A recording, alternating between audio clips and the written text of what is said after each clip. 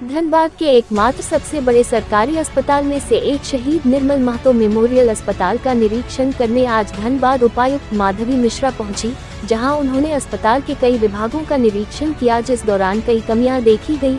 अस्पताल की सफाई की व्यवस्था को देखकर उपायुक्त नाराज देखी गई और अस्पताल प्रबंधन के लोगों को कई दिशा निर्देश दिए। साथ ही साथ अस्पताल की साफ सफाई की व्यवस्था देख रहे हैं आउटसोर्स कंपनी कमांडो को भी 15 दोनों का अल्टीमेशन समय दिया है। वो साथ ही अस्पताल की सफाई व्यवस्था को सुचारू रूप से सही करने का दिशा निर्देश दिया। वही आपको बता दें, अस्पताल की कई बेसिक सुविधाओं की कमी, जिसको लेकर मैनपावर कम होना, जिसके कारण कई असुविधा अस्पताल में होने को लेकर उन्होंने इसे जल्द ठीक करते हुए सुपरिटेंडेंट को कई दिशा निर्देश दिए हैं। साथ ही साथ अस्पताल में कई बार देखा गया है कि स्ट्रक्चर की कमी के कारण भी अस्पताल आ रहे हैं मरीजों को काफी दिक्कतों का सामना करना पड़ रहा, जिसको लेकर फंडिंग की व्यवस्था के विषय में भी बात की गई है। वहीं उपायुक्त ने आगे की जानकारी देते हुए बतलाया कि अस्पताल के बेहतर सुविधा को सुनिश्चित करने के लिए अस्पताल में बड़ी अधिकारी की व्यवस्था की जा रही है, जो समय समय पर अस्पताल की व्यवस्था पर अपनी नजर बनाए रखेगा, जिससे लोगों को बेसिक सुविधा भी सही समय के साथ दिया जा सके।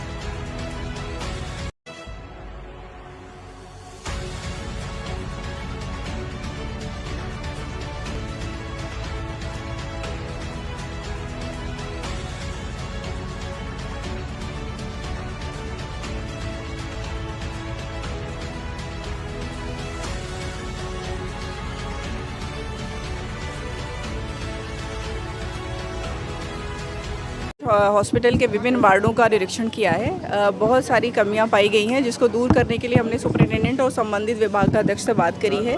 कुछ जो कमियां हैं वो आधारभूत संरचना संबंधित है और कुछ कमियां वो मैन पावर रिलेटेड है। दोनों को लेकर के हम लोगों ने बात करी है। जो यहाँ से हॉस्पिटल लेवल पर चीज़ें ठीक होनी है, उसके लिए सुपरिटेंडेंट साहब को बोला गया है और उन्होंने अश्योर कराया है कि आगे से भविष्य में ऐसी शिकायतें नहीं आने पाएंगी। सफाई को लेकर क्या देखा गया मैडम? सफाई में भी आपने बात किया है।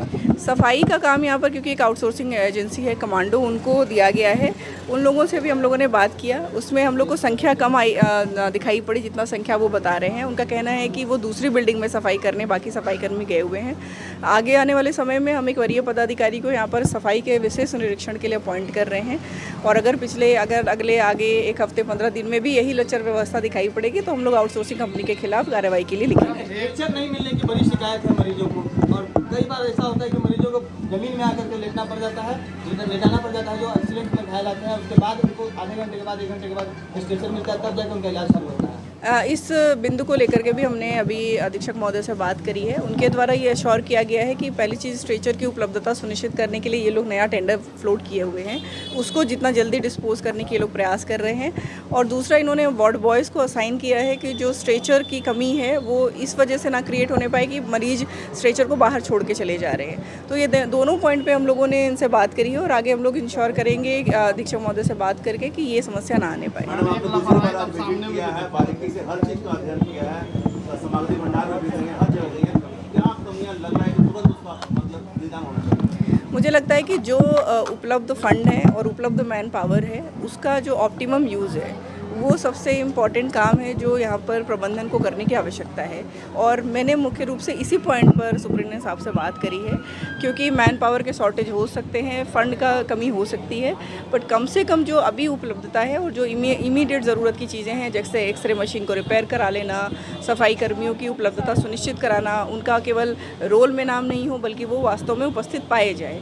तो अगर मुझे लग रहा है ये सारी चीज़ें इंश्योर हम लोग कर पाएंगे तो एक बेसिक जो फैसिलिटी हम लोग पब्लिक को यहाँ पर दे पाएंगे। मैडम, एक बड़ा सामने मामले भी देखा है, आपके आने के बाद मरीजों का बेड जो है वो तत्काल बदला गया। तो नहीं लगता कि ये आपके आने के बाद दुरुस्त करने की प्रक्रिया आपके नहीं रहने पर भी ये कैसे? इस इसकी शिकायत हमें कई मरीजों ने भी करी कि निरीक्षण की सूचना पर ही उन लोगों को बेडशीट वगैरह प्रोवाइड करी गई है और इसके बाद वो 2 दिन से यहाँ एडमिट थे, उनको बेडशीट नहीं दी गई है। वो हमने अभी बोला है सुप्रिंटेंडेंट साहब को कि ये सीन नहीं होना चाहिए। कहीं भी कोई अपवाद स्वरूप अगर कोई कमी नज़र आती है तो उसको हम लोग सुधार सकते हैं, बट अगर जनरल तरीके से ये कमी दिखेगी तो ये बहुत ही ज़्यादा लापरवाही का प्रतीक है। देखिए, ज़िला प्रशासन की ओर से मेरा जो उद्देश्य है वो ये है कि हम लोग पब्लिक के लिए कितनी अच्छी सुविधा प्रोवाइड कर सकते हैं। तो शो कॉज से पहले मेरा जो फोकस है वो ये कि हम चीज़ों को ठीक कर सकें। तो अभी पूरा फोकस इसी चीज़ पर है। हम लोग लगातार निरीक्षण अभी हमारे ज़िला प्रशासन की टीम से यहाँ पर होता रहेगा और उद्देश्य यही है कि किसी को कार्रवाई करने के बजाय जो पब्लिक यहाँ पर आती है उसको अच्छी सुविधा दे पाना।